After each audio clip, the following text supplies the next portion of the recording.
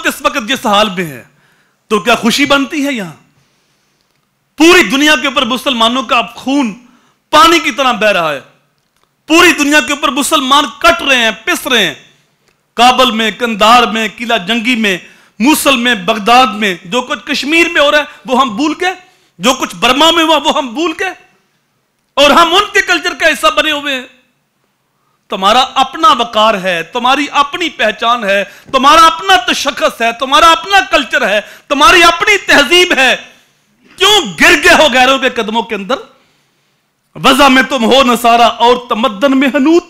یہ مسلمان ہیں جنہیں دیکھ کے شرمائے یہود.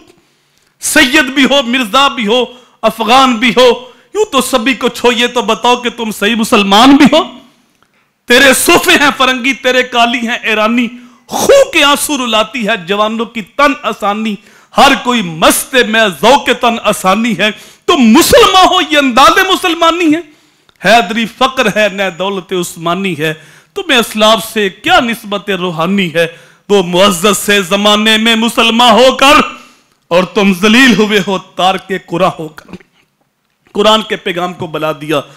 سال تو بدلتے رہتے ہیں، ہر سال بدلتا ہے، لیکن ہم دیکھیں ہم خود بھی بدلے ہیں کہ نہیں بدلے. ہم اپنے آپ کو بدلیں. سال تو بدلتے رہتے ہیں. اگر ہم نمازی نہیں تھے تو عزم کریں کہ آج کے بعد نماز نہیں چھوڑیں گے. اگر ہماری زبان سے جھوٹ نکلتا تھا تو عزم کریں کہ آج کے بعد ہم جھوٹ نہیں بولیں گے، کیونکہ مومن کبھی بھی جھوٹا نہیں ہو سکتا. رسول کریم نے فرمایا مومن کے اندر ہر عیب ہو سکتا ہے لیکن دو عیب مومن کے اندر نہیں ہو سکتے. ایک مومن جھوٹا نہیں ہو سکتا اور دوسرا مومن خائن نہیں ہو سکتا. میں اور آپ غور کریں کہ اگر پہلے ہم کسی غیر شرعی رسم کا حصہ بنتے تھے تو آج کے بعد ہم کسی غیر شرعی رسم کا حصہ نہیں بنیں گے. اگر ہم نے پہلے کسی کا حق دبایا تھا تو نئے سال کے اوپر یہ عزم کریں کہ ہم وہ حق واپس کریں گے اور جو لوگوں کے حقوق ہمارے ذمہ ہیں وہ ہم ادا کریں گے.